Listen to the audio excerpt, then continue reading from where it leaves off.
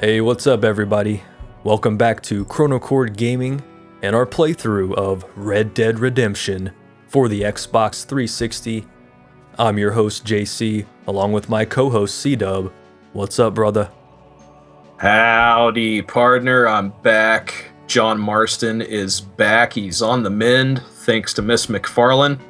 And I think you and I have to get back to repaying Miss McFarlane here, because she certainly went out a lot and spent a whopping $15 to save our life. No easy task to repay this. Let's get right back here and catch up with Miss McFarlane.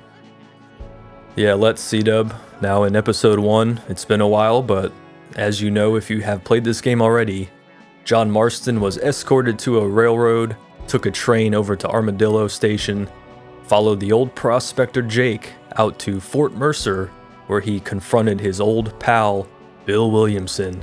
And in the process, John was shot, and fortunately he was rescued by Bonnie and her helper, and he spent a good amount of time here on the ranch healing, and now that he's back in full health, let's help out Miss McFarlane with some of her ranch chores.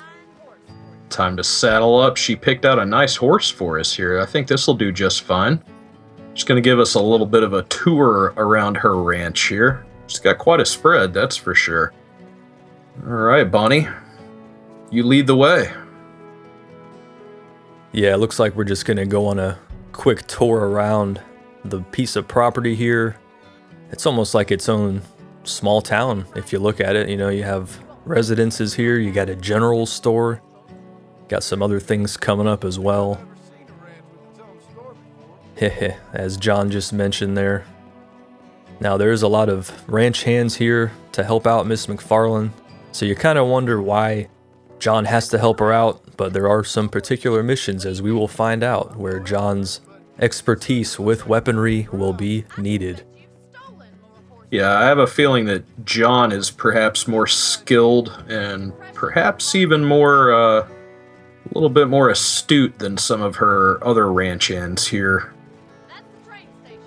I think Bonnie, as we go along, and we'll see, Bonnie kind of entrusts us more and more. Of course, she did find us pretty much left for dead on the side of the road, and at this time, you know, it was pretty tough to trust anybody. There were a lot of bandits and stuff like that. John Marston here, helping out Miss McFarlane, does a pretty good job of getting into her good graces.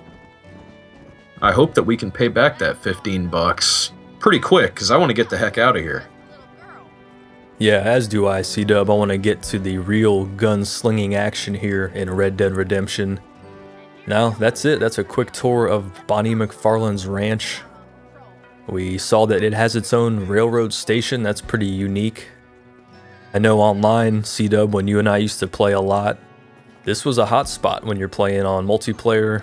You know, just kind of camp out around the house or whatever, around the ranch, and wait for people to, you know, unsuspectingly saunter in on their horse, and you get a quick shot at them, and there was a lot of duels between you and I here, man. Oh yeah, it's definitely one of the best games to go play online with a couple of your buddies, because of that big open world mechanic. Red Dead Redemption, you know, although GTA 4 had a online mode with free roam and everything, Red Dead Redemption was kind of the first one to really perfect that online gameplay. And I feel like a lot of the setup for the online mode in this game probably influenced the online for further Rockstar titles like GTA 5. Yeah, absolutely. The online for GTA 4 was kind of limited. You know, it was a lot of fun to get in a helicopter and try to hit your opponent, you know, standing on the ground, doing crazy shit like that. But the online for Red Dead is obviously much more pared down. You don't have vehicles or anything, but I found it a lot more enjoyable. Yeah, likewise. All right, looks like Miss McFarlane has another task for us. It's nighttime here. Gonna go out and saddle up and patrol around the ranch. Look out for anything suspicious. Anybody who may come to do us some harm, perhaps some animals come to feed on our livestock. Well, looks like Bonnie's happy with us. She gave us a rifle now. We do have a weapon. One of the first big gets we're going to get here in the game. Taking a look at the sky up there briefly, what a great job by the designers and artists at Rockstar Games on the environments and the atmosphere, especially at night. You can see every star up there. It's just immaculate. Yeah, that was definitely something we touched on in part one as well, is just what a great job everybody at Rockstar did researching everything about this game. You can tell that a lot of hard work and love for the Western genre was definitely put into the development here. Oh man, these rabbits are all up in Bonnie's garden here. Looks like they're taking out some of her crops. We took them out, and looks like her crops will live for another day to grow here. Back on the horse. Gotta save that lettuce. Yes, most definitely. But you know, during these days, 1911 or so, it would have been a pretty devastating thing to lose a crop of vegetables or fruits or any kind of food. Could be the difference between your family living or not living. Yeah, a lot of factors here in the Wild Wild West. If it's not an animal, it could be some scavengers, or even Mother Nature weather could really damage your crops or your livestock. Uh-oh, we got some wild coyotes here invading the livestock area of the ranch. Like an idiot here, me controlling John, I went the long way around the corral. Whoops. I think we might have lost a few animals, but we've taken out the coyotes.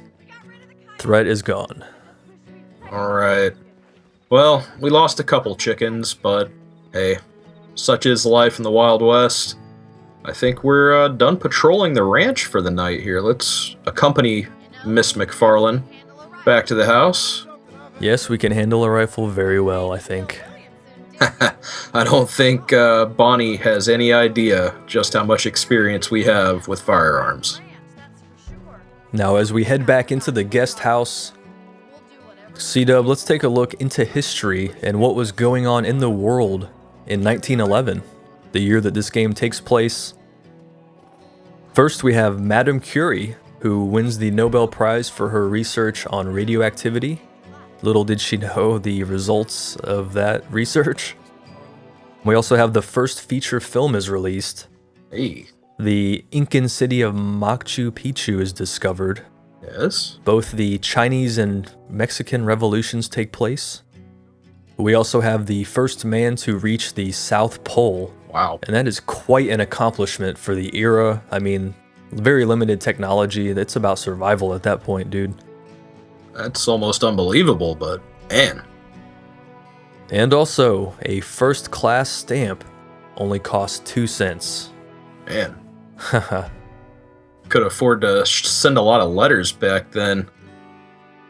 As we're looking here and getting a little bit of a education on the map and all the icons that we'll find on there. One more thing that happened in 1911 that would certainly be revolutionary was John Moses Browning's perhaps greatest creation, the 1911 pistol. Came in to use by the U.S. Army as their service pistol and would remain there for over 70 some odd years to come. That was probably one of the biggest inventions or creations or perhaps events of 1911 that would relate to the future. Of course, relate to John Marston here being a gunslinger. Hey, we're back to Miss McFarlane. Another day has came. We're alive in the wild, wild west. Ribs are a little sore, but hey, we're okay. Looks like maybe Miss McFarlane might have another job for us to work off this $15. I'm almost wondering how she's paying us here and how many jobs we're gonna have to work to actually work off the $15. Yeah, that's true, man. Now here we have Bonnie asking some questions about John and his relationship with Bill Williamson, and he politely declines to really give her any information about his background and what he is doing here, what his mission is. That may be for the best there for Bonnie McFarlane's health. She may not want to know, perhaps, why Mr. Marston has wanted John Marston here. Certainly has a checkered past, but I think we're on the right side of the law now. Yeah, it seems we are. Now, we don't know the circumstances in which we were forced to go to Fort Mercer, and in which we were kind of not kidnapped by the marshals, but I would say under their custody. Here we go. Uh-oh, Bonnie challenging John to a horse race. Oh man. I think we're gonna probably be able to beat her. I mean, John Marston being a well-traveled cowboy and gunslinger of the West should be no problem to really leave Bonnie in our dust, literally.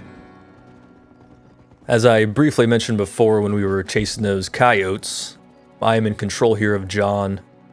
Let's see what I can do versus Bonnie McFarlane on a horse. Now, given we are using a very low quality horse at the time, let's take her on in a race. Now, following these little fire piles, that's going to lead the way on the path. So let's build up a good lead on her. Got to make sure not to overuse the stamina too much with the horse. Yes. Save a little for the back end in case she catches up.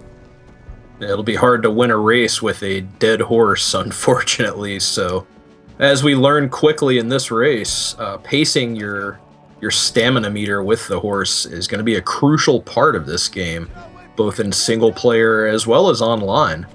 And of course, we will upgrade our horse as we go along, but with these lower level horses, it's pretty easy to kill your horse right away if you don't kind of pay attention to how often you're using your spurs to make the horse go a little bit faster. Yeah, and as it just mentioned on the screen, when you stay on the path, your horse does travel faster, so I'm doing a horrible job of that right now, but let's attempt to catch up to Bonnie here. Do have enough stamina, I believe. We're bringing up the rear. Yeah, we're bringing up the rear here. Oh, we won't. It's not over yet, fella. We will not go easy on you, Bonnie. I think we got you. Coming back around to the ranch here, it looks like, getting pretty close. We are in a somewhat comfortable lead, but we're going to have to really be careful on this last stretch. Hopefully we can manage that stamina and not kill our horse. Oh man, these turns get kind of tricky here. It's pretty difficult to stay on the beaten path all the time. But as you said, it's definitely a big boost to stay on that path. You'll go a heck of a lot faster than you would just trotting through the woods however you wish. And I think we've got this one in the bag, man. What do you think? I think we're nearing the end of the track here. I mean, if we didn't have these smoke piles rising up, it would be really hard to know where to go. Unless you were staring at the map down there and looking back up, and at that point you're probably way off the trail. We're back at the ranch. Here we go. And let's see if we can get to the finish line before old Miss McFarlane does. There it is. We are winners. Yes. Whoa, easy, Bonnie. Easy. Wouldn't run into us here. I don't have horse insurance. A little bit of a sore loser. There's one of those chickens. I wonder why you just crossed the road. All right, Bonnie, telling us that maybe we should take a trip back to Armadillo and visit the marshal, see what's going on. He might be able to help us with the Bill Williamson trail here. Sounds like a pretty good idea to me, partner. Got a little bit of a fame boost going here. As we move along in our missions, we're going to get increased fame. And of course, that will benefit us along the way. For now, guys, I believe this is all for episode 2. Make sure to subscribe if you have not already to Chronocord Gaming. For my co-host JC, this is C-Dub. Saddle on up and get on down the dusty trail.